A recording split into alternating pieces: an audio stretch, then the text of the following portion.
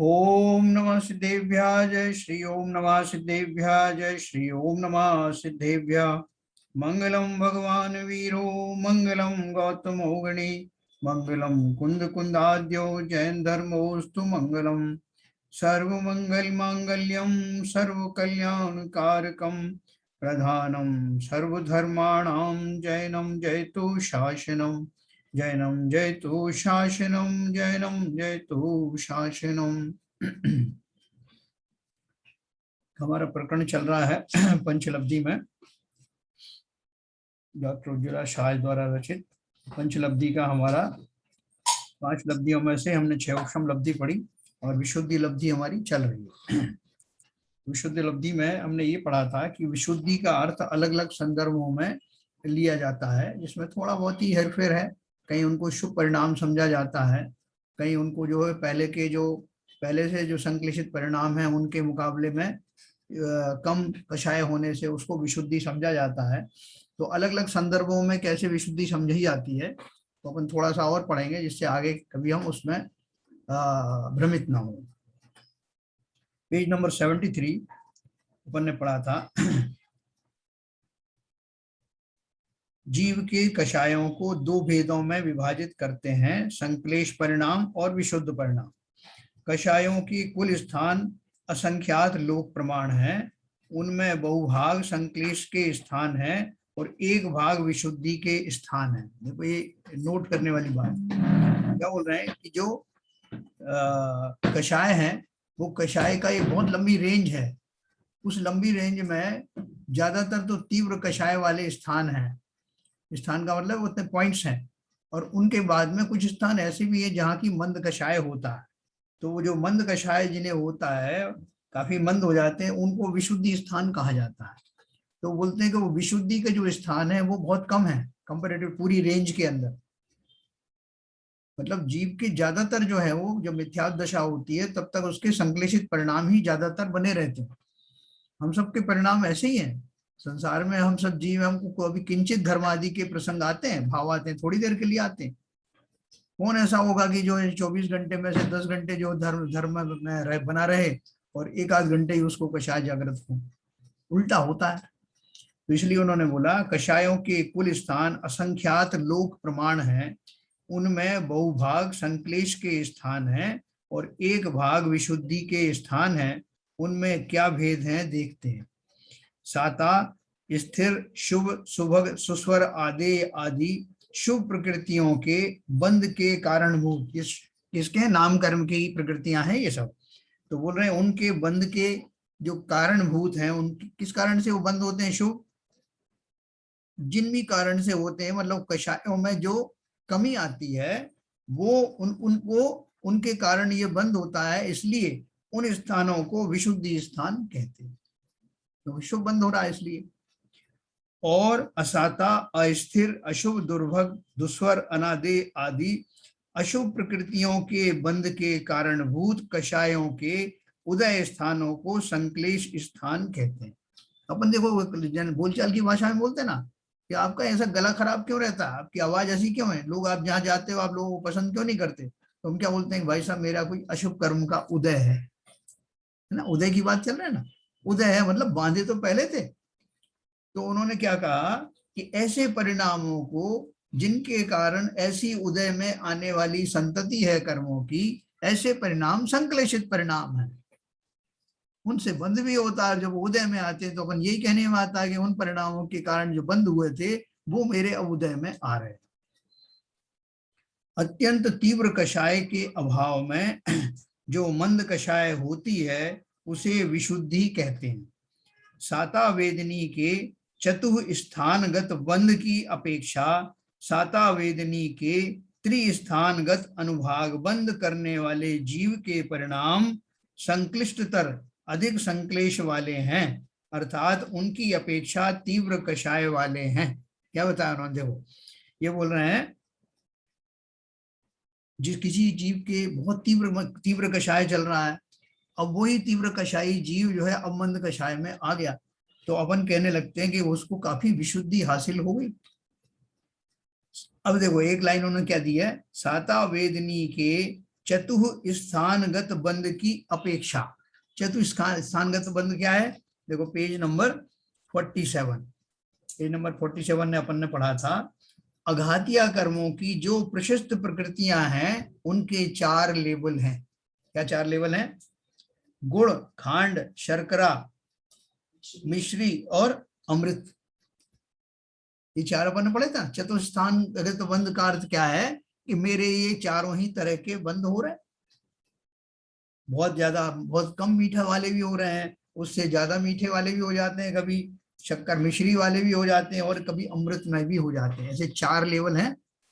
तो जिस जीव के ये 4 लेवल का जो है बंद चल रहा है, भाव आ रहे हैं, तो उसका अर्थ ये है कि उसकी जो प्रशस्त प्रकृतियां हैं अघातिया कर्मों में या पुण्य प्रकृतियां हैं, उनके बंधने के चांसेस ज्यादा है।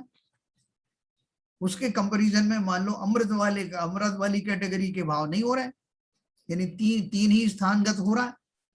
तो कंपैरेटिवली उस जीव के भाव कम शुभ है, उतने मंद कषाय नहीं है जिसने पहले वाले के हैं, जिसको चारों का अमृत तक का जो है उसका वो प्रसंग चल रहा है।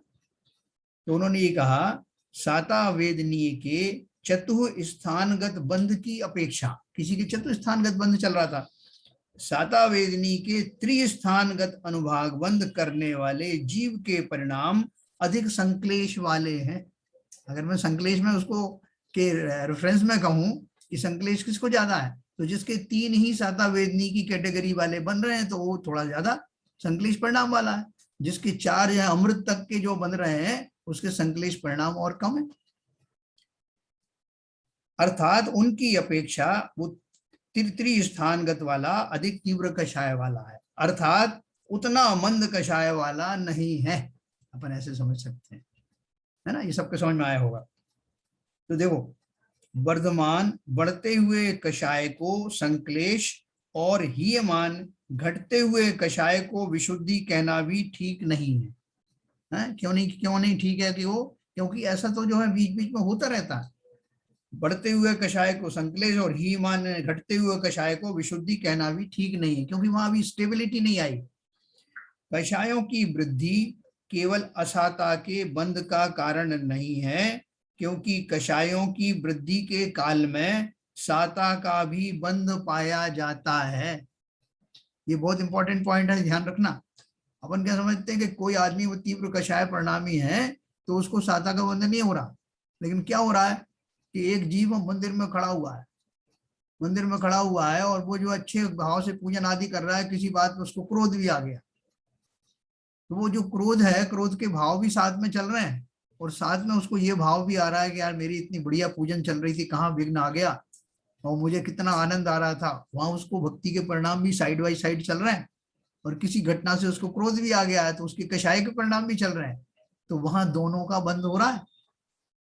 ऐसी बहुत सारी घटनाएं होंगी, आप देखेंगे कि आपको बीच बीच में वो भी चल रहा है, तो भजन पूजन भी हो रहे हैं, किसी ने कोई बात कही तो थोड़ा खुंदक भी आ गई, फिर हम स्टेबल हो गए, ये सब चलता रहता है। इसलिए उन्होंने क्या लिखा, बढ़ती हुई कषायों की वृद्धि केवल असाता के बंध का कारण नहीं है, क्योंकि कषायों की वृद्धि के काल में साता का भी बंध पाया जाता है। अभी जैसे मान लो मुझे बहुत लोभ आया, मैं एक दूसरी उदाहरण आपको क्रूड उदाहरण देता हूँ कि वो व्यवस्थापक एक खड़े हुए थे मंदिर में, उनको ये भाव आया कि फला फला चीज की बोली इतनी लगना चाहिए इस बार कि वो मंदिर का जितना भी जीर्णोद्धार है उसके लिए राशि इकट्ठी हो जाए। तो ये कौन सी कषाय है? कषाय तो लोभ कषाय है, लेकिन साथ साथ उसका जो है प्रशस्त भाव भी है ना, वो अपने लिए तो नहीं ले रहा। कषाय तो सब तरह की कषाय ही होती है, भले ही वो लोभ मंदिर के लिए हो रहा हो। तो इसलिए लोभ होने के कारण उसमें किंचित आपको दोष भी लग रहा है। कषाय है तो कषाय के कारण आपका पापबंध भी हो रहा है, लेकिन साथ साथ आपको वो जो धर्मानुराग है, जिसके वशीभूत होकर आपने अपनी पद प्रतिष्ठा के लिए नहीं, बल्कि आपके भाव ऐसे आ रहे हैं कि इससे जो धन आएगा उससे जो है कितना जो है मंदिर का अच्छा होगा, कितनी जो है उसकी वो प्रभावना बढ़ेगी, ऐसे भाव। तो ऐसा मिक्सचर आता रहता है जीवों को बढ़ी हुई कषाय में भी, और वो कहता है कि वैसा मैं अपने लिए थोड़ी कर रहा हूँ, उसके लिए कर रहा हूँ। तो देखो वहां पे बहुत सेंसिटिविटी होती है, उन कर्मों के होने वाले जो भाव हैं वो बड़ी सेंसिटिविटी के साथ रिकॉर्ड होते हैं कि उन परिणामों में मेरा स्वार्थ कितना था, मेरी मन कषाय या लोभ कषाय कितनी थी, और मेरा परोपकार का भाव कितना था। हम लोगों को जतलाते रहते हैं, वहां जतलाने की जरूरत नहीं है, वहां तो जैसा भाव है सीधा वैसा ही रिकॉर्ड होता है, मायाचारी भी चलती नहीं। तो इसलिए अगर किसी भाव, किसी जीव के कषाय का उदय चल रहा है तो जरूरी नहीं कि उसका असाता का ही बंद होगा, किंचित साता का बंद भी हो सकता है। तो लिखा है उन्होंने, कषायों की वृद्धि केवल असाता के बंद का कारण नहीं है, क्योंकि कषायों की वृद्धि के काल में साता का भी बंद पाया जाता है। उसी तरह कषायों के हानि के काल में भी असाता का बंद पाया जाता है। इसके विपरीत क्या हुआ कि कषाय मेरी कम है, लेकिन कषाय तो कम होने के बाद भी मेरे मन में कोई ना कोई राग आ गया, बीच में दूसरी तरह का राग आ गया। कषाय तो मन में सबसे मैं क्षमा का भाव रखे हुए हूँ, और सबसे जो है किसी तरह का कोई और मुझे अपनी वांछना नहीं है। इस बीच में जो है वो कोई व्यक्ति आया और उसने आपके पैर छुए, तो आपको थोड़ा सा किंचित मान हो गया कि देखो आज जो है इतने लोग खड़े, किसी और के पैर तो छुए नहीं, मेरे पैर पैर छुए, इसका मतलब जरूर ही मैं कुछ ना कुछ तो बेटर कर रहा हूं।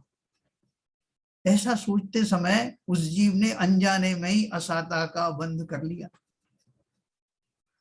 इसलिए बहुत सावधान रहना है। जो वास्तव में जो ज्ञानी होते हैं वो बिल्कुल जो है निष्प्रय होते हैं, कुछ भी वो चल रहा हो तो उनको बिल्कुल ये लगता है मैं तो मुनीम की तरह हूँ, सारा खेल सेठ का है, अच्छा है बुरा है, प्रॉफिट है लॉस है, सेठ का है, मैं नौकरी कर रहा हूँ मुनीम की। ऐसे भाव रखते हैं बहुत सी। तो जब हम ऐसा भाव रख करके संसार में चलेंगे, निष्प्रय हो जाएंगे, तो हम अंदर से अकिंचन होने लगेंगे। संसार की एक तृण भी मेरा नहीं, मेरा अपना इनका कोई लगाव नहीं, मुझे इनसे, मैं कार्य करता हुआ दिखाई देता हूं लेकिन बिल्कुल मेरा इनसे ना तो कोई लेना देना है, ना कोई लगाव है, ना कोई राग। ऐसे भाव लेकर के जीव न केवल ऊपर की दशाओं में तो होते ही हैं ऊपर के, लेकिन वर्तमान में इन दशाओं में भी आपको ऐसे जीव मिल जाएंगे जो ऐसा चिंतन रखते हैं। भले ही उनको भी सम्यक दर्शन नहीं हुआ हो, लेकिन सम्यक सन्मुख तो हो गए हैं, है ना। तो ये दोनों बातें ध्यान रखना। अब देखो आगे क्या कह रहे हैं। वहां प्रश्न पूछते हैं कि बढ़ती हुई कषाय को संक्लेश और हीन होती हुई कषाय को विशुद्धि क्यों नहीं स्वीकार करते। ऊपर किसी ने एक दिया था ऑप्शन कि जब कषाय बढ़ने लगे तो संक्लेश परिणाम, और कम होने लगे तो विशुद्धि, ऐसा आप इसको क्यों नहीं मानते। तो उन्होंने लिखा है क्योंकि वैसा स्वीकार करने पर संक्लेश स्थानों और विशुद्धि स्थानों की संख्या में समान होने का प्रसंग आएगा। है क्योंकि पहले अपन ने एक लाइन पढ़ी थी ना कि कषायों के कुल स्थान असंख्यात लोक प्रमाण है, उनमें बहुभाग संक्लेश के स्थान है और एक भाग विशुद्धि के स्थान है। तो अगर हमने ये मान लिया कि बढ़ती हुई कषाय को संक्लेश और हीन होती हुई कषाय को विशुद्धि कहेंगे, तो जैसे 10 पॉइंट्स है जो थोड़ा सा 9वें पॉइंट पे आ गया तो हमने जो है उसको विशुद्धि मान लिया, जबकि पूरे 10 स्थान पड़े हुए हैं ऊपर से लेके 1 से लेके 10 तक, वो जो है कौन से संक्लेशित परिणाम है। जरा सा किंचित उनसे कम हो जाएगा तो क्या मैं विशुद्धि हो गई क्या। तो बोल रहे हैं विशुद्धि तो बहुत कम है, क्योंकि जो संक्लेशित परिणाम है उनके पॉइंट्स बहुत ज्यादा है। तो इसलिए फिर क्या माना गया है, हमने तो देखा है कि संक्लेश स्थान असंख्यात बहुभाग हैं, तो विशुद्धि स्थान एक भाग प्रमाण है।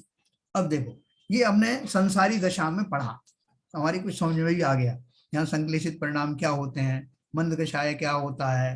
तो इस तरह की जो चीज जब पढ़ी हमने, अब हमें रेफरेंस में पढ़ना है कि वो सम्यक दर्शन होने के समय में जो भाव हो रहे हैं, मेरे 2 तरह के भाव होंगे अभी सम्यक दर्शन। एक तो होंगे कौन से, दर्शन मोहिनी को समाप्त करने या उपशमित करने वाले भाव, और एक होंगे साइड बाई साइड वो अनंतानुबंधी जो कषाय चली गई, वो चारित्र वाली थी ना या जाने वाली हैं, तो उनका भी तो शमन करना है ना, अर्थात किंचित चारित्र भी प्रकट होना है। ये दोनों तरह की वस्तुओं के घटित होने के लिए मेरे भाव भी ऐसे ही चाहिए। तो क्या क्या करते हैं उसके लिए, यह तो सामान्य संसार अवस्था की बात हुई, परंतु सम्यक्त उत्पत्ति के काल में हानि को प्राप्त होने वाले कषाय स्थानों को ही विशुद्धि कहते हैं। यहाँ जो ऊपर की जो भी परिभाषा थी, डेफिनेशन थी, वो अलग अलग संदर्भों में अलग अलग बात कही। मोटे तौर पे तो हम समझ गए संश्लेषित परिणाम का होना अर्थात जो है वो कषाय का बढ़ना होता है, और जो मंद कषाय होता है उसके संश्लेषित परिणाम कम होते हैं। ये अपन ने मोटा मोटा एक फार्मूला समझा था। अभी देखो क्या बोल रहे हैं कि जब सम्यक उत्पत्ति होने वाली है, हमको सब सम्यक दर्शन होने वाला है, तो अभी क्या क्या होगा पूरी बारीकी समझना पड़ेगा। तो बोल रहे हैं सम्यक उत्पत्ति के काल में हानि को प्राप्त होने वाले कषाय स्थानों को ही विशुद्धि कहते हैं। वहां वैसा कहना ठीक है, क्योंकि दर्शन और चारित्र मोह की क्षपणा और उपशमना में पूर्व समय में उदय को प्राप्त हुए अनुभाग स्पर्धकों की अपेक्षा अनंत गुणहीन अनुभाग स्पर्धकों के उदय से उत्पन्न कषायोदय स्थान के विशुद्धपना स्वीकार किया गया। देखो बड़ा सेंटेंस है, मैं आपको छोटे शॉर्ट करके बताता हूँ। यहाँ बोल रहे हैं कि यहाँ पे मैं क्या कर रहा हूँ, दर्शन और चारित्र मोह की क्षपणा तो अभी नहीं कर रहा हूं, मैं क्या कर रहा हूं अभी, उपशमन कर रहा हूं। क्षय तो अभी नहीं होंगे, तो मैं उनको उपशमित कर रहा हूं। तो उपशमय करने के लिए जो अब मेरे पास में जो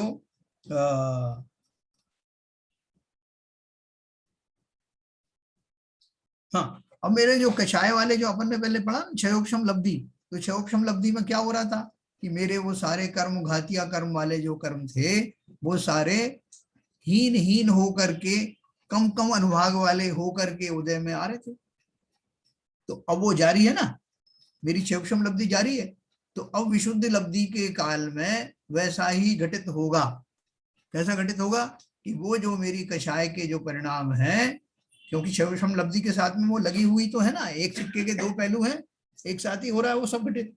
तो बोल रहे हैं अब वो मेरे जो कषाय के स्थान है वो उनमें इतनी कमी आ गई है कि उस कमी की अपेक्षा से मैं उस रेंज में चला गया हूं। अपन ने लंबी रेंज बताई थी ना, जिसमें संश्लेषित परिणाम बहुभाग थे और जो मंद कषाय स्थान थे कम वाले थे। अब कम वाली रेंज में आ गए। तो इसलिए इस अपेक्षा से अब वो बोल रहे हैं उपशमना में पूर्व समय में उदय को प्राप्त हुए अनुभाग स्पर्धकों की अपेक्षा अनंत गुणहीन अनुभाग स्पर्धकों के उदय से उत्पन्न कषायोदय स्थान के विशुद्धपना स्वीकार किया गया। मतलब शॉर्ट में बात इतनी है कि मेरे जो सम्यक दर्शन से या क्षोपशम लब्धि से पहले आने वाले जो भाव थे उनमें कषायों का परिमाण बहुत ज्यादा था, और अब जो मेरे परिमाण आ रहे हैं सम्यक दर्शन प्राप्त होने के जस्ट पहले वो बहुत कम कषाय वाले हैं। इतना आप समझिए उसको। अगला पेज देखिए, पेज नंबर 74। इस चर्चा से यह स्पष्ट होता है कि नरक गति में कृष्ण आदि तीन अशुभ लेश्या होने पर भी वहां विशुद्धि लब्धि कही है। ये इंपॉर्टेंट पॉइंट है जिसके लिए उन्होंने इतना डिराइव किया, क्योंकि मैंने आपको बताया था ना ये चारों गतियों में सम्यक दर्शन होता है।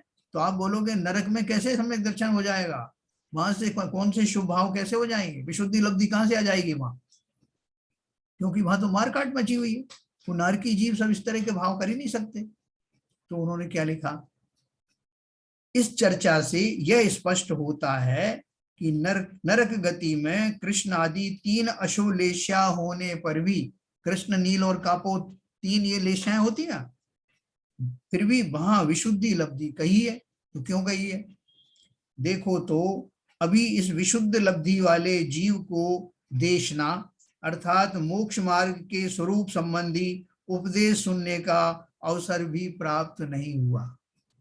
हाँ, उसकी दशा तो देखो कितनी विपरीतताओं के बीच में है वो।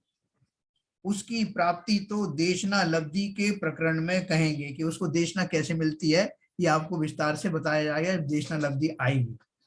अभी तो केवल पुण्य बंध के कारणभूत धर्मानुराग रूप शुभ परिणाम हो रहे हैं। अपन ने पढ़ा क्षयोपशम लब्धि जब होती है तो उसके जो कषाय हैं और उसके जो ये चार घातिया कर्म के जो वो हैं प्रकृतियां हैं, उनका अनुभाग कम होने लगता है, कम होते होते होते बहुत कम हो जाता है, और फलस्वरूप उसकी कषाय मंद होने के कारण धर्मानुराग बढ़ जाता है। अपन ने पढ़ा। तो बोल रहे हैं अभी यहाँ विशुद्धि लब्धि तक तो ऐसा ही चलने लगेगा। इसका अर्थ क्या है कि वो जो नारकी जीव है उनके भावों में किंचित निर्मलता आने लगती है। वो भले ही निर्मलता हमारे लेवल वाली ना हो, मनुष्य जाति वाली, लेकिन जो उसके पूर्व परिणाम होते हैं जो जनरली नारकियों में पाए जाते हैं, उसकी अपेक्षा से उनके भावों में बहुत कमी आ गई है संक्लिष्टता की। इसलिए उस अपेक्षा से उसको विशुद्धि लब्धि प्राप्त हो गई ऐसा कहा जाता है। क्योंकि लब्धियां जिसको भी सम्यक दर्शन होगा पांचों लब्धि पूर्वक होगा। ऐसा नहीं कह सकते भाई साहब उनको कंसेशन दे दो ना, भी सारे नारकी लोग हैं, डायरेक्ट उनको करण लब्धि दे दो। तो करण लब्धि डायरेक्ट नहीं मिल सकती, क्योंकि ये जो भाव है ये शनि शनि शनि इसी क्रम में आते हैं। तो देखो आगे चलते हैं कि अभी तो केवल पुण्य बंध के कारणभूत धर्मानुराग रूप शुभ परिणाम हो रहे हैं। एक एक शब्द का अर्थ समझना। पुण्य बंध के कारणभूत, जबकि जीव को पुण्य बंध चाहिए नहीं, सम्यक दृष्टि जीव को भी पुण्य नहीं चाहिए, लेकिन सहज ही बंध होता है, क्योंकि उसके मंद कषाय के होने पर अपने आप ही पुण्य बंध होता है। और ऐसा वैसा पुण्य बंध नहीं, प्रशस्त पुण्य का बंध होता है, जिसके उपलक्ष्य में संसार से निकलने के लिए जो जो साधन चाहिए उनकी प्राप्ति होने लगती है, ऐसा पुण्य। और धर्मानुराग रूप, राग है ना, इसमें भी राग तो लगा है, लेकिन कैसा है राग? वही जो धर्मानुराग, वही पुण्य है, वो वही भाव है जिनसे उस प्रशस्त पुण्य का बंध होता है। अगर उसमें राग निकल जाए तो क्या होगा? राग निकल जाएगा तो पुण्य भी नहीं रहेगा। फिर तो क्या होगा? पाप और पुण्य दोनों से विरहित जीव निरंतर मोक्ष मार्ग में बढ़ने लगे। लेकिन नीचे की भूमिका में ऐसा घटित होता है। कितने ही जीव इतने मात्र से संतुष्ट होकर जीवन व्यतीत करते हैं। कितने मात्र से? मानवता की भावना से दूसरों की मदद करना, सदाचार से रहना, देव दर्शन पूजन यात्रा दया दान आदि करना, इसी में वे जीवन की सफलता मानते हैं। भाई साहब कैसा चल रहा है? बहुत बढ़िया चल रहा है साहब जीवन में। 4-4 घंटे जो है मैं जो मंदिर में रहता हूँ और बहुत सारी जो है वो लोगों को दान करता रहता हूँ, मानवों की सेवा करता रहता हूँ। एक एनजीओ बना लिया है मैंने, सब में ये करता रहता हूँ सारा, फुर्सत नहीं भाई साहब। और जरा जरा टाइम मिलता है तो अब निकल जाता हूँ मैं अपनी तीर्थ यात्रा, बहुत सारे लोगों को ले जाता हूँ, ये भी पुण्य का काम करता हूँ, पैसे नहीं लेता हमसे। बोल रहे ये सब काम करते हो अच्छी बात है, लेकिन क्या इतने वर्ष से आपको मोक्ष हो जाने वाला है? ये सब कार्य किस कैटेगरी में आते हैं? नो डाउट किससे आपका पुण्य बंद होगा, बढ़िया पुण्य बंद होगा, लेकिन पुण्य बंद के सहारे आप मोक्ष नहीं जा सकते। तो ये सब चीजें जो आपने दूसरों लोगों को ध्यान में रख करके किया, पर को ध्यान में रख के किया, भाई साहब तीर्थों में चला जाता हूँ थोड़ा मनोरंजन हो जाता है। किसका मनोरंजन हो जाता है? शरीर का। नहीं वो वहां मंदिर भी जाता हूँ मैं, ऐसा नहीं है कि पर्यटन स्थल पे ही जाता हूँ, मंदिर भी बगल में होता तो देख आता हूँ। तो ये सब जो भाव है ये करना बुरी बात नहीं है, लेकिन उनसे आपको जो मिलेगा मोक्ष मार्ग में लिमिटेड चीज मिलने वाली, वो अनुपम सौगात नहीं मिल सकती। और बहुत सारे जीव यही भ्रमित होकर के उसी में मग्न हो जाते हैं कि जीवन बहुत अच्छा चल रहा है। नहीं चल रहा अच्छा। जीवन की जो बहुमूल्य जो उपलब्धि है वो तो हासिल किए बिना ही पर्याय निकली जा रही है। तो क्या बोला उन्होंने? कितने ही जीव इतने मात्र से संतुष्ट होकर जीवन व्यतीत करते हैं। मानवता की भावना से दूसरों की मदद करना, सदाचार से रहना, देव दर्शन पूजन यात्रा दया दान आदि करना, इसी में वे जीवन की सफलता मानते हैं। अभी इन जीवों को तत्व ज्ञान का पता नहीं है, सच्चे देव शास्त्र गुरु की पहचान नहीं है। कोई जीव धर्मानुरागवश कहीं प्रवचन शास्त्र सुनने जाता भी है, मगर सच्चा उपदेश इसे प्राप्त नहीं हुआ। हम बहुत जगह सुनते रहते हैं, रोज जो है नया नया सा वो आता है, क्या बोलते हैं इसमें, कोई ना कोई वीडियो डाल देता है। यूट्यूब पे जाओ आप तो ढेरों प्रवचन सुनने को मिलेंगे आपके, उस पर फोन पे भी आते रहते हैं, कहीं इसका एक ग्रुप है कहीं उसका एक ग्रुप है। बहुत सारे लोग कान में लगा लेते हैं, कोई अपने गाड़ी में ही वो फिट कर देते हैं। साहब मैं जैसे ही स्टार्ट करता हूँ ना प्रवचन कानून पढ़ने लगते हैं। ठीक है, अच्छी बात है, अगर आपने आपके भाव ऐसे हैं कि एक घड़ी भी ऐसे ना जाए तो ठीक है, लेकिन उतने से संतुष्ट मत हो जाना, क्योंकि चलती गाड़ी में वो प्रवचन में आपका जो है ना तो पूरा तारतम्य बैठता है, उस उपदेश की जो श्रृंखला जिसमें वो चल रहा है, वो आपको समझ में नहीं आएगा। बीच बीच में कोई शब्द जरूर सुनने में आ जाएंगे, बीच में कहीं ब्रेक लगाना पड़ रहा है, कहीं कुछ सोचना पड़ रहा है, आप सोच रहे हो जितनी देर वो जो वाणी चल रही है उतनी देर मेरा पुण्य बंद हो रहा है, ऐसा नहीं है। कई बार जो है आप उसमें वो पूरा बात नहीं समझ करके आधी अधूरी बात समझते हो, तो उससे भला नहीं होता। तो इसलिए वो कहने का अर्थ यह है कि ये सब क्रियाएं अगर हो रही हैं तो कोई हर्ज नहीं है, लेकिन जो वास्तविक हमारा जो समझ है, जो हमारा पर्पस है, वो इससे सर्व होता नहीं। तो क्या लिखा उन्होंने, इन जीवों को तत्व ज्ञान का पता नहीं है, सच्चे देव गुरु शास्त्र की पहचान नहीं है। कोई जीव धर्मानुरागवश कहीं प्रवचन शास्त्र सुनने जाता भी है, मगर सच्चा उपदेश इसे प्राप्त नहीं हुआ है ना। बहुत सारे लोगों ने कहा है यह जीव बीवी बाल बच्चे व्यापार धंधा आदि में से बड़ी मुश्किल से एक आध घंटा शास्त्र सुनने जाता है तो कुगुरु उसे लूट लेता है। इसका अर्थ समझ आओ कि कई बार हम जाते हैं कि हमने ये मान लिया कि कोई एक वेशधारी है, किसी पर्टिकुलर वेश का है, तो वो अवश्य साधु होगा, चाहे जैन साधु हो अजैन साधु हो, कोई भी हो, हमको लगता साधु तो सब अच्छे ही है। लेकिन मात्र स्वरूप का, ऐसे स्वरूप को देख करके, मात्र ऐसी भाव भंगिमाओं को देख करके उनको सुगुरु मान करके उनकी बातों में अंतर न कर पाना कि कौन सी बात जो है भोग आदि संबंधी बातें हैं, कौन सी संसार में भ्रमित करने वाली बातें हैं, और कौन सी वीतरागता से भरी हुई बातें। हम वो न समझ पाने के कारण किसी के खाली बाह्य स्वरूप को देख करके उन्हें गुरु मान करके उनकी बात अक्षरता से स्वीकार कर लेते हैं, और वहां से हमारा दुर्दशाएं शुरू होती हैं। हम समझ नहीं पाते कि इसमें जो क्या गलत, हमने सोचा कि इनके जो इस स्वरूप वाला तो हमेशा सही कहेगा, लेकिन हमें मर्म समझ में नहीं आता। अब कि हम बाकी संसार की चीजों में बड़े चतुर हैं, भाई साहब मैं एक एक चीज समझ लेता हूँ, मैं उड़ती चिड़िया के पर जो है गिन लेता हूँ, तो इसलिए मैं समझ लेता हूँ। वहां तो कर लेते हो गए चतुराई, लेकिन जो धर्म के मार्ग में कौन सा माल आपको खोटा परोस दिया गया, इसका ज्ञान ना होने के कारण हम राह से भटक जाते हैं।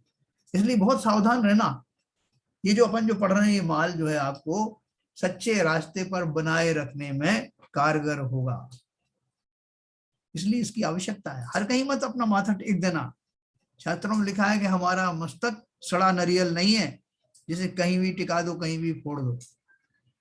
इसलिए बहुत समझ करके, अपन ने कुगुरु वगैरह के बारे में पहले पढ़ा था, कुछ शास्त्र पहले पढ़े थे, कैसे होते हैं, सच्चे देव कौन होते हैं। ये परिभाषाएं खाली जानने के लिए नहीं है, इनका मर्म समझ के, इनका स्वरूप समझ करके, और किंचित भी विचलित मत होना।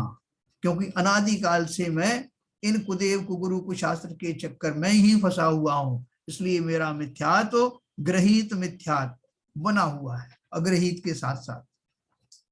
ठीक है ना। तो ये अपन जब अभी फिर से जब चरणान योग के साथ पढ़ेंगे तब मैं आपको और फिर से विस्तार से बताऊंगा।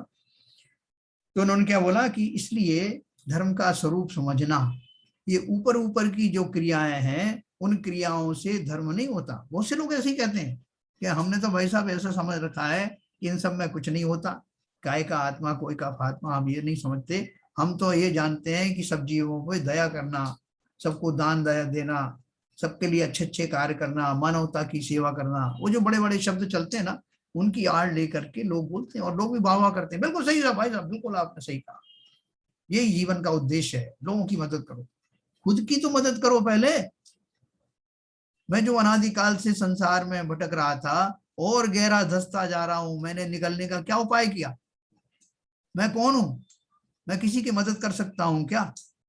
उसके पुण्य के भाव होने के कारण, पुण्य के उदय होने के कारण मेरे मन में वैसे भाव आते हैं, मैं इंस्ट्रूमेंटल बन जाता हूं। ये हमारे समझ में नहीं आता। हम उसमें भी मान कषाय बढ़ा लेते हैं। मैंने भाई साहब सुबह शाम तक इतने लोगों को दान दिया, ये क्या है? इसलिए बहुत बारीक संधियां हैं, इनको समझना भली प्रकार। जिसमें मेरा मेरा अर्थात आत्मा का कल्याण हो, उसको भली भांति समझना, और बेसिक सिद्धांत समझना कि एक द्रव्य दूसरे द्रव्य का कर्ता बन करके कुछ नहीं कर सकता, निमित्त तो बनता ही है।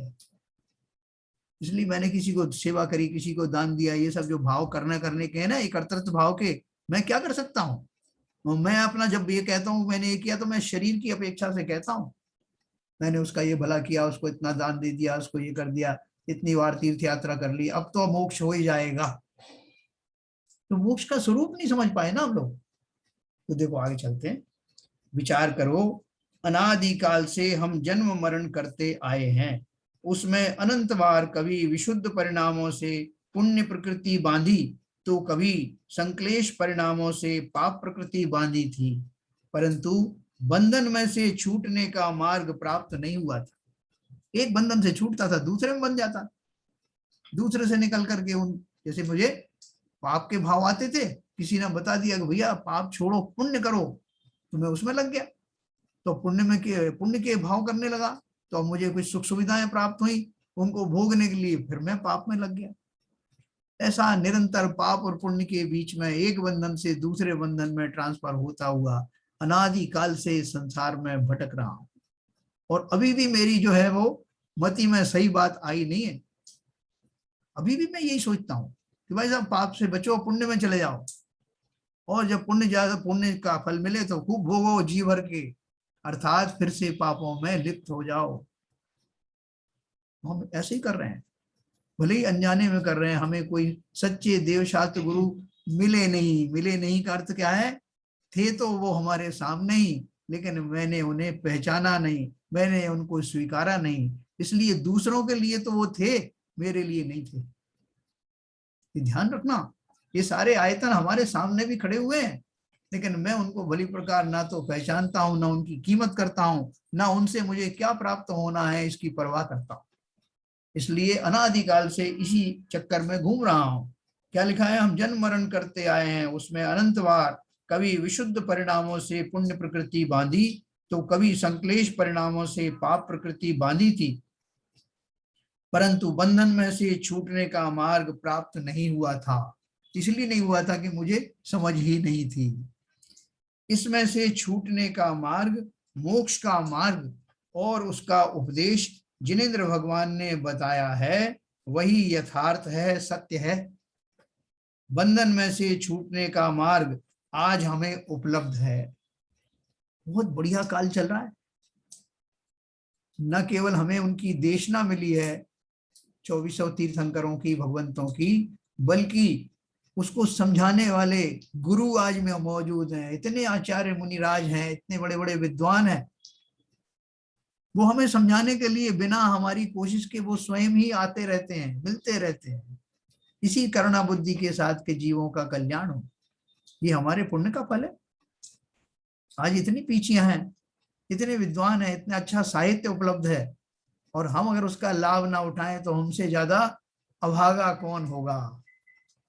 तो बोल रहे हैं, बंधन में से छूटने का मार्ग आज हमें उपलब्ध है। उसके मूल कर्ता, मूल उपदेशक तीर्थंकर भगवान हैं। उनकी दिव्य ध्वनि में यह उपदेश सहज रीति से बताया जाता है।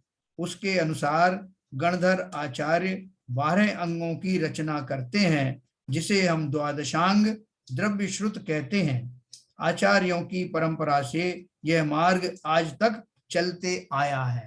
चल रहा है ना, भले ही जो है इसमें द्वादशांग वाणी का एक अनंतमा भाग ही उपलब्ध क्यों ना हो, लेकिन उस छोटे से श्रुत स्कंद पर, प्रथम और द्वितीय श्रुत स्कंद के सहारे कितने जीव पंचम काल में भी सम्यक दर्शन को प्राप्त करेंगे। और उनमें हम होंगे कि नहीं होंगे? अभी आपको मैं अनम्यूट करूंगा तब बताना कौन कौन मानता है कि हम होंगे। ठीक है, तो देखिए, इस मार्ग का उपदेश सुनने की जिज्ञासा और बुद्धि होना, और यह सत्य उपदेश सुनने का अवसर प्राप्त होने रूप महाभाग्य, महान पुण्य उसी को होगा जिसके क्षयोपशम लब्धि और विशुद्ध लब्धि पूर्वक देशना लब्धि प्राप्त होती है। विशुद्ध लब्धि के बिना जीव जिनेंद्र कथित उपदेश सुनने के लिए तैयार ही नहीं होगा। दो लब्धियों का मैंने आपको सारांश बताया।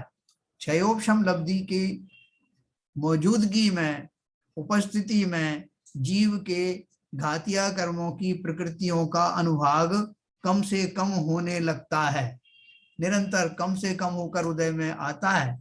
फलस्वरूप जीव के भाव धर्मानुराग रूप बढ़ते जाते हैं।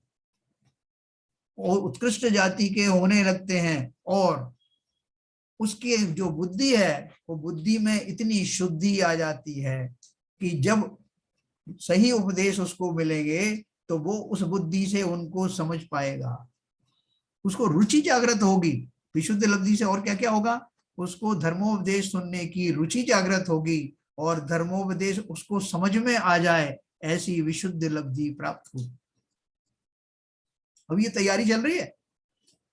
फिर साहब वो गुरुजी सामने आके खड़े हो गए और मैं तो क्या बोलते हैं मक्खी हूं, मच्छर हूं, तो मुझे क्या समझ में आएगा। या पुरुष भी हो गया, मैं अपने मनुष्य भी हो गया, तब भी अगर मेरा ज्ञान का उगाड़ वैसा नहीं हुआ, रुचि नहीं हुई, तो कितने मुनि आ जाने तो सामने से, मैं उनकी परवाह नहीं करता, काय के मुनि और काय का दर्शन और काय की ज्ञान। तो इसलिए ये जो दोनों जो है आपको जो स्टेजेस बताई, उपशम लब्धि और विशुद्ध लब्धि की, अब मैं तैयार हो रहा हूं देशना लब्धि प्राप्त करने के लिए। मेरी योग्यता अब उस योग्य हो गई है। तो देखिए मैं आपको थोड़ा सा और बता के फिर देशना लब्धि बताऊंगा। जिस प्रकार पत्थर पर बोया हुआ बीज व्यर्थ जाता है, उगता नहीं है, उसके लिए मृदु मिट्टी में बोना आवश्यक है। पत्थर के ऊपर बो करके तो कुछ होगा नहीं, तो उसके लिए तो सॉफ्ट मिट्टी चाहिए ना। उसी प्रकार जिनवाणी श्रवण का सौभाग्य और सुनकर समझने का सौभाग्य उसी के होगा जिसके परिणाम मृदु होंगे, विशुद्ध होंगे। हैं जो टीवी पे चल रहा है प्रवचन आ रहा है, प्रमाण सागर जी का चल रहा है, सुधा सागर जी का चल रहा है, क्षमा सागर जी का आ रहा है, चल रहा है, और आप अपने सामने बैठकर अपने 10 काम कर रहे हैं, चाय पी रहे हैं, नाश्ता कर रहे हैं, सब कुछ रहे। और लोग कोई बाहर से आएगा तो वो बड़ा खुश होगा, अरे आप बड़े धार्मिक आदमी हो, प्रवचन चला के रखे हुए आपने। और उसे क्या पता कि प्रवचन चल रहे हैं कि मैं तो इसमें देख रहा हूँ कि शक्कर कम है कि ज्यादा है, मैं उसमें मशगूल हूँ, मुझे क्या मतलब कि कौन से महाराज क्या कर रहे हैं, चला जरूर रखा है।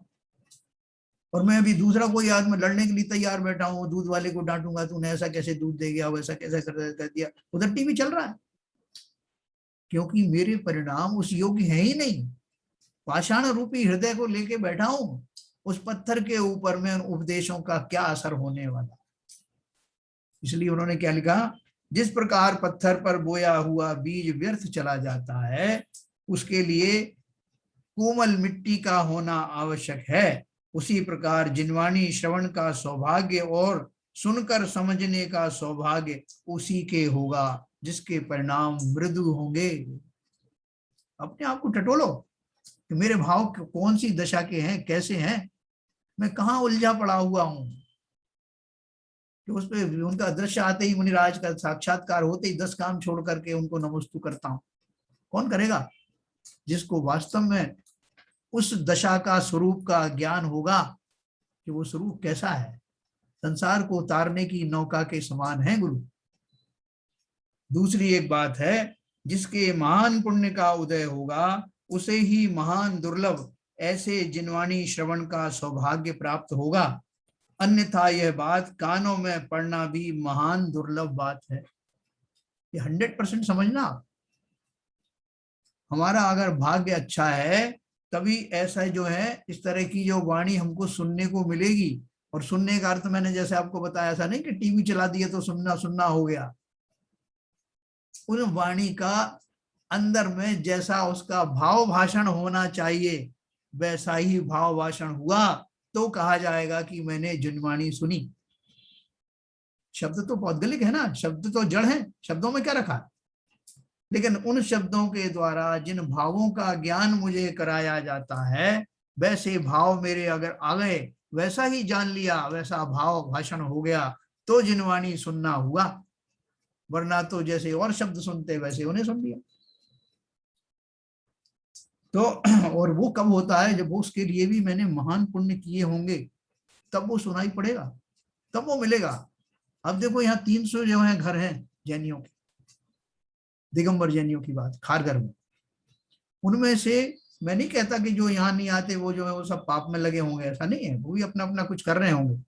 लेकिन बाई एंड लार्ज अगर आप देखोगे तो ये जो समय होता है ना 8 से 9 का, ये सोशल विजिट्स का होता है।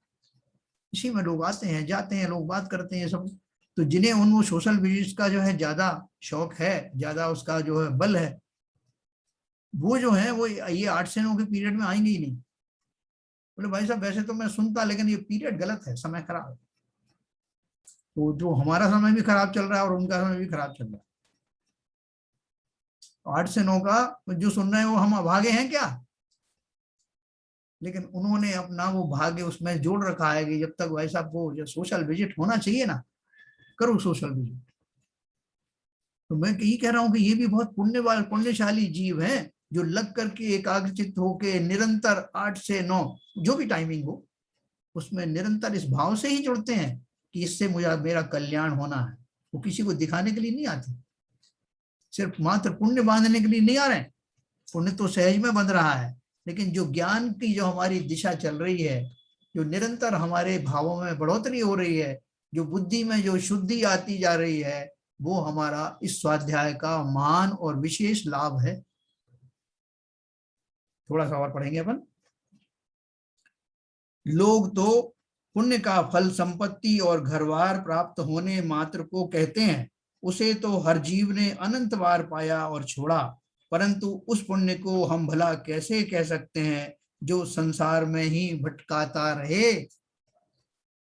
इतने कालों में, इतने समय में मैंने पुण्य नहीं किए होंगे ऐसा नहीं हो सकता। मैं कितनी बार स्वर्ग भी गया हूं, मैं 9वें ग्रीवेक तक भी होकर आया मुनि बन करके, इतना भी पुण्य था मेरे पल्ले में, लेकिन संसार से नहीं निकला। हम सब एक दूसरे के सामने बैठे ना, ये प्रमाण है कि हम संसार से नहीं निकले और पंचम काल में जन्म लिया है। तो इससे भी पता लगता है कि हमारी मंजिल अभी बहुत दूर है। हमें बहुत उत्कृष्ट जो है कोशिश करना है, प्रयास करना है, जो हम कर रहे हैं। थोड़ा और बढ़ाना पड़ेगा। तो बोल रहे हैं कि लोग क्या समझते हैं, लोग तो पुण्य का फल संपत्ति और घरवार प्राप्त होने मात्र को कहते हैं। भाई साहब बढ़िया घर मिल गया, बढ़िया पत्नी और परिवार मिल गया, है ना, सब तरह से सब पैसा दिला मिल गया, गाड़ी मिल गई, ये देखो हमने बहुत पुण्य किए थे भाई साहब, ऐसे थोड़ी मिल गया। वो तो बिल्कुल सही है, मैं किया था, लेकिन उसमें जो प्राप्ति हुई उसका रहस्य समझना। ये अनाकुलताएं जो आपको प्राप्त हुई हैं, व्यवहारिक अनुकूलताएं जिसे कहते हैं, वो मिली हैं, उसका लाभ लेकर के और पारमार्थी मार्ग पर लग जाना, तब तो उस पुण्य का जो है फल सही हुआ। उसको पाकर पंचेंद्री के विषयों में चले गए तो पुनः पुनः आपने पाप की परंपरा में फिर अपने आप को लगा दिया। तो बोल रहे हैं ऐसा पुण्य तो जीव ने अनंत बार पाया और छोड़ा, परंतु उस पुण्य को हम भला कैसे कह सकते हैं जो संसार में भटकाता रहे।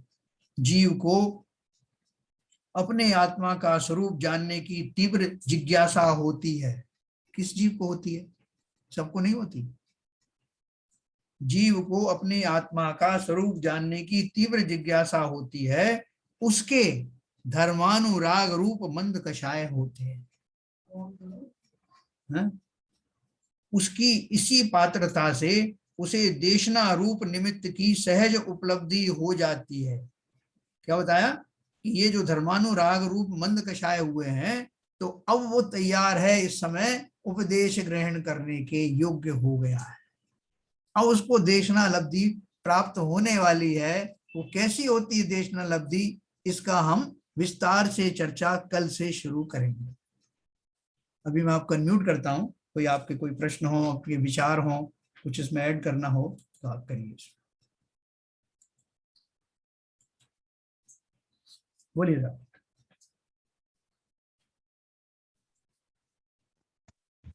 सबको समझ में आया? मेरा एक प्रश्न है सर। हाँ बोलिए। जो जो कारण बताया था कि आपने नरक में भी शुद्धि लब्धि प्राप्त होती है, हाँ। उससे पहले आपने एक पैराग्राफ पढ़ा था जिसमें संसार लास्ट पेज 73 पे लास्ट पैरा जो है जी, जिसमें संसार अवस्था की बात कही थी, और उन्होंने ये कहा था कि सम्यक्ति के काल में हान में होने वाले, इसके बाद जो सेंटेंस आता है वहां पर ऐसा कहना ठीक होगा, दर्शन और चारित्र मोह की उपशम में हुई पूर्व समय में। जरा इसको दोबारा से समझा सकते हैं? हाँ हाँ हाँ, थोड़ा बड़ा सेंटेंस है। हाँ मैं छोटा करके बताया था, फिर से बताता हूँ। हाँ। क्योंकि उन्होंने लिखा है, यह तो सामान्य संसारावस्था की बात हुई। कौन सी वाली? कि वो जो ऊपर में जो लिखा है, तीव्र कषाय और मंद कषाय का जो कंपैरिजन। परंतु सम्यक उत्पत्ति के काल में हानि को प्राप्त होने वाले कषाय स्थानों को ही विशुद्धि कहते हैं। इन्होंने इसके पहले ऊपर लिखा था कि आप ऐसा मत मानना कि जो है, जो अगर कषाय स्थान जो है वो कम हो गए तो विशुद्धि होगी। वो उसको इस रेफरेंस में समझाया था कि दोनों के स्थान बराबर बराबर नहीं होते। राइट। लेकिन अभी बोल रहे हैं कि जो इस कॉन्टेक्स्ट में जब आप बात करते हैं सम्यक की प्राप्ति में, तो चूंकि वहां कषाय जो है वो निरंतर घटते जा रहे हैं और वो स्टेबिलिटी पे आ रहे हैं। एक उनकी दशा ऐसी हो जाने वाली है जैसे हम बोलते हैं कि अंतः कोड़ा कोड़ी जो है उसकी स्थिति हो गई। अंतः कोड़ा कोड़ी में इतने वाले भी होगा कि अंतर्मूर्त की जो है वो परिणाम देने वाली स्थिति वाले भी होंगे जी। तो, और वो कैसे हो जाएंगे? अभी जो मैं फ्रीज करने जा रहा हूं, करण लब्धि आने के जस्ट पहले तक वो एक स्टेज में आ जाएंगे, घटते घटते घटते घटते। अर्थात क्या हो गया कि मैं अब उस विशुद्धि के योग्य हो गया जो मुझे करण लब्धि दिलाने वाली है। धन्यवाद। तो वो क्या बोल रहे हैं कि इस रेफरेंस में जब आप समझेंगे तो क्या क्या समझना, जो दूसरे सेंटेंस में भी उन्होंने ये लिखा है, वहां वैसा कहना ठीक है क्योंकि दर्शन और चारित्र मोह की क्षपणा और उपशमना में पूर्व समय में उदय को प्राप्त हुए अनुभाग स्पर्धकों की अपेक्षा। यहाँ एक क्षपणा वर्ड आप मत यूज करना क्योंकि यहाँ अपन उपशमन कर, है ना? हाँ, तो बोल रहे हैं अब मुझे जो है उपशमन करना है, तो बोल रहे हैं उपशमना में पूर्व समय में उदय को प्राप्त हुए अनुभाग स्पर्धकों की अपेक्षा। जो ये जो मेरी लब्धि आई थी, सम्यक दर्शन प्राप्त करने का समय है, उसके पहले भी मेरे बहुत सारे कर्म उदय में आए थे। उन स्पर्धकों में जितनी अनुभाग शक्ति थी वो कुछ रही होगी XYZ जी। लेकिन अब जो मेरी जो अनुभाग शक्ति है वो उनसे अनंत गुना हीन होकर के आएगी, है ना? क्योंकि वो अब मैं सम्यक सम्मुख हो गया हूं। आप देखोगे कि इसी गुण स्थान में, पहले ही गुण स्थान में 41 प्रकृतियों की बंध विच्छित्ति हो जाती है। तो ऐसी हो जाती है, इसीलिए हो जाती है कि मेरे जो परिणाम हैं वो पहले के मुकाबले में, जो उदय काल चल रहा था पहले, उसके मुकाबले में अब करंट में जो उदय चल रहा है वो बहुत कम संक्लेशित परिणाम वाला है। खाली ये बताने के लिए बताया जी। तो भाई साहब इसका मतलब ये हुआ कि जो रिलेटिविटी, जो अनुपातिक जो भिन्नता होती है वो विशुद्धि अलग है और सम्यक दर्शन के लिए जो विशुद्धि होती है वो अलग है। नहीं, अलग तो नहीं है, देखो है तो एक ही। वो ये बोल रहे हैं कि वहां उन्होंने ये बोला था कि जो हमारी सांसारिक दशा है ना, सांसारिक दशा में हम कंफ्यूज हो जाते हैं। मान लो कि हमारे कभी तो भाव एकदम ऊंचे अच्छे वाले हो जाते हैं, कभी एकदम नीचे हो जाते हैं, तो हम ये कंफ्यूज ना हो जाए कि हमारी विशुद्ध लब्धि आ गई क्या। हाँ तो ठीक है समझा। वो विशुद्धि तो है लेकिन विशुद्ध लब्धि नहीं है। लब्धि नहीं है, हाँ विशुद्धि तो है, विशुद्ध लब्धि नहीं है। विशुद्ध लब्धि जब आएगी जब स्टेबिलिटी आ जाएगी। हाँ बिल्कुल, अब समझ आ गया। और किसी का कोई क्वेश्चन हो? हमारे वो कहाँ चले गए? एक बात कह रहा था मैं जी, जैसे आपने बताया पुण्य कर्म, और पुण्य कर्म तो बंधन तो है, लेकिन अभी मुझे बताया था आपने कि जो पुण्य कर्म जो बांधते हैं उससे वो जो संसार के भोग वगैरह मिलते हैं। संसार भोग नहीं, संसार भोग तो पुण्य कर्म मिलते ही हैं, लेकिन उससे जो मोक्ष मार्ग भी प्रशस्त होता है। मतलब कहने का, मैंने आपको बताया ना कि वो जो आपको मिल रहा है उसके उपलक्ष्य में उसका जो सही अर्थ तो समझो, उसका फायदा तो उठाओ। है चक्रवर्ती को जो है इतना पुण्य के उदय में चक्रवर्ती पद प्राप्त होता है, लेकिन अगर वो मूर्खता करके उन भोगों में बुरी तरह से फंस जाए तो नरक जाएगा 100%। हाँ बिल्कुल सही कह रहे, बिल्कुल सही। तो ये अपने तो जीव को ऊपर निर्भर करता है, उन पुण्य को वो प्रशस्त मार्ग में लगाता है या पाप में लगाता है। बस पुण्य के बोलते हैं, पुण्य को भोगो मत का अर्थ क्या है कि उसको सांसारिक उसमें पंचेंद्री के विषयों में मत लगाओ। लेकिन आपको अनुकूलता, जैसे अपन को अनुकूलता मिली है कि साहब जो है घर वालों ने सबने अपना अपना काम संभाल लिया है, बेटा अपना काम कर रहा है कि आपको बैंक जाने की जरूरत भी नहीं है, आपको कोई बिल चुकाने की जरूरत नहीं है, तो ये फायदा लेकर के अपन करो ना काम, मुझे कुछ नहीं करना, अपने काम में लग जाओ। सही बात है। ये जो अगर आप इसी में लगे हुए हो कि भैया तू रहने, मैं जा रहा हूँ, ये कर रहा हूँ, तो वो जो है वो बुढ़ापे के करीब पहुंच गया, 70-80 साल की उम्र हो गई, बच्चों ने कह दिया कि आपको कुछ नहीं करना है पापा, आप तो बस आराम करो घर पे। लेकिन पापा को लगा कि कुछ और 2-4 लाख रुपए और कमा के दे जाऊं बेटे को। सही बात, सही बात, बिल्कुल सही कह रहे हो, सही क्या किया आपने, अपनी जो बिल्कुल जीवन सही। पर्याय है खुद ही। तो यही वो मतलब हुआ ना, जो प्रशस्त पुण्य है जी तो धर्मानुराग की तरफ मुड़ना चाहिए, बजाय कि सांसारिक भोगों में जाने। देखो, जब प्रशस्त पुण्य तभी कहा जाएगा जब हाँ, मैं वही कह रहा वास्तव, हूँ, हाँ सही कह रहे हैं प्रशस्त आप। पुण्य जभी कहा जाएगा, हाँ, तो वही मैं बाबूजी ने कहा है तो मैं उसी को रिपीट कर रहा हूँ जी कि वो हमको जो प्रशस्त पुण्य बंधेगा जभी बंधेगा जब हम धर्मानुराग की ओर हमारा भाव बनेंगे, धर्मानुराग तभी के बिल्कुल भाव उस है, विशुद्ध, बिल्कुल सही, तभी वो उस विशुद्ध लब्धि में हम जाएंगे। बिल्कुल। और वो जो जो धर्मानुराग वाला भाव वाला जो जीव है, ऐसा बहुत कम होता है कि धर्मानुराग करके पुण्य बांध लिया और फिर वो जो पंचेंद्री के विषयों में उसे खर्च कर दे। ऐसे बहुत नहीं, कम ऐसा होते हैं जीव। फिर तो नहीं होगा, तो दोनों ही कंट्राडिक्टरी हो गए सर। देखो, हो जाते हैं ऐसे, बहुत सारे जीव भी होते हैं कि हाँ, जो वो तो क्योंकि खैर धर्मानुराग, जो हाँ जो फेंस पे बैठे हुए हैं, बाउंड्री पे हाँ, बैठे हुए हैं, वो तो इधर से उधर तो हो ढुलेंगे जाते ही। हैं, है ना। कई बार वो विचन हो जाते हैं, जब सबको खूब उपदेश दे रहे हैं, बड़े बड़े जो है सब शास्त्र पढ़ रहे हैं और सुना रहे हैं, लेकिन अचानक से कोई ऐसी प्रतिकूलता आ गई, कोई स्वजन चला गया या कोई और घर घाटा पड़ गया किसी तरह का, तो वापस उसमें चले जाते हैं, वो संश्लेषित परिणामों में चले जाते हैं। काय का धर्मानुराग, बोले नहीं, बहुत वो तो देख फिर लिया भगवान वो भगवान। तो असाता वेदी कर्म का जो उदय आता है तो फिर कुछ सोचता ही नहीं है, हाँ, दिमाग में वही भावों में वही बुझा छवि रहता छाई है। रहती है। लेकिन वो उससे जीव जो वास्तव में जो वास्तव में रियल होगा, जेन्युइन होगा, वो फिर से लौट के आएगा। तो वही प्रयास करना चाहिए ना। अगर असाता कर्म का उदय हो भी गया है जी हाँ, तो हमें दृढ़ संकल्प लेके हमको उससे बाहर निकल के आके और उसी भाव में आना चाहिए। न केवल उस जीव को बल्कि उसके जो सहायक हैं, जो मित्र हैं, वो इसी मित्रता किस बात की है, यही मित्रता है कि उसको वापस स्थापित करना। यस, ये असली मित्रता है, संसार भोग आदि की मित्रता कोई मित्रता नहीं। सही बात है, बिल्कुल सही कह रहा है। स्थितिकरण करना चाहिए, स्थितिकरण। स्थितिकरण करना चाहिए।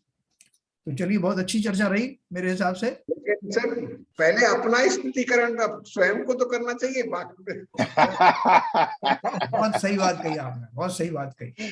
आदित्य जी, जी आदित्य जी, जी, आप स्थितिकरण को अच्छी तरह समझ लीजिए। हाँ। भाई साहब, इस समय तो स्थिति ये है कि दूसरे को तो स्थितिकरण कराते हैं और खुद कहाँ पर है ये नहीं मालूम है। खुद की वही तो स्थिति कह रहे खराब हैं, होती आरपी जाती है। अपनी स्थिति का पता नहीं है और हाँ। दूसरे का स्थिति का जरूर कराएंगे। आरपी जैन साहब वही कह रहे हैं। अपनी स्थिति दिन पे दिन खराब होती जा रही। सही बात अब एक है। प्रश्न है सर, जी जैसे नरक गति में नरक गति के जीव ने सम्यक प्राप्ति की हाँ, और एक मनुष्य गति में प्राप्ति की, तो दोनों का बेंचमार्क अलग अलग है। क्या बेंचमार्क बताओ। नहीं, क्योंकि वहां पे विशुद्धि का लेवल रिलेटिव, उसके हिसाब से एक्चुअली विशुद्धि लब्धि जो जो चीजें हम देख रहे हैं कि जो नरक गति में जो जीव है, वहां पर जो उसको विशुद्धि का लेवल जो चालू हो रहा है या प्राप्त हो रहा है, वो उसके रेफरेंस है जो कि नरक गति के जीव का है। बिल्कुल बिल्कुल बिल्कुल। मनुष्य गति में के लेवल अलग है, हाँ तो इसका मतलब जब सम्यक प्राप्ति की दोनों की, तो दोनों का बेंच लेवल भी अलग अलग होगा। हाँ हाँ, आपकी बात बहुत बढ़िया, आपने क्वेश्चन उठाया है। देखो, उसमें जो आप कह रहे हैं कि वो तो रिलेटिव बात तो सही है कि वो जो अपनी अपनी परिस्थिति के अनुसार जो रिलेटिव उनका जो घटाव होगा वो अलग अलग होगा। लेकिन जब वो करण लब्धि जब आती है, करण लब्धि के जो परिणाम आते हैं, करण लब्धि के परिणाम में आप जब पढ़ेंगे तो उन जीवों के जो भाव हैं एक जैसे होते हैं, एक स्टेज पे आकर के। एक स्टेज आई करण लब्धि में, जो 3 करण होते हैं उनमें से एक करण में आप देखोगे कि ऐसे सब भाव, सभी के भाव एक जैसे होंगे।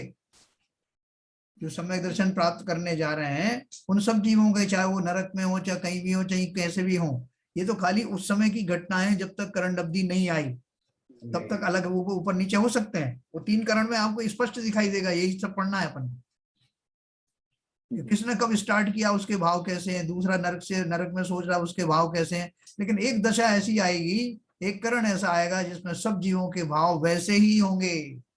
बेसिक रिक्वायरमेंट है ना सम्यक्त का। अध्यय कर्ण अपूर्ण कर्ण में तो अलग अलग होते हैं, लेकिन अनुमति कर्ण में सबके एक से होते हैं। देखो, आपने बहुत अच्छा प्रश्न किया ललित जी, जबकि आपने ये सब पढ़ा नहीं है। बाबूजी लोगों ने तो पढ़ा हुआ है, आपके इनमें सहज में ये भाव आया, ये बहुत बढ़िया बात है। अब आपको बहुत अच्छे से समझ में आएगी करण लग जी। चलिए साहब, बहुत बढ़िया, जिनवाणी स्तुति करेंगे।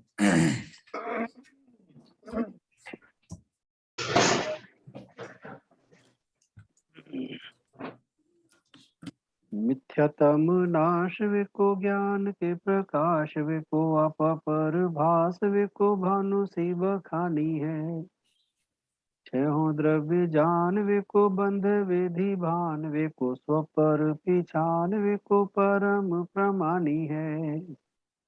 अनुभव बताए वे को जीव के जताए वे को काहू न सताए वे को भव्य और आनी है।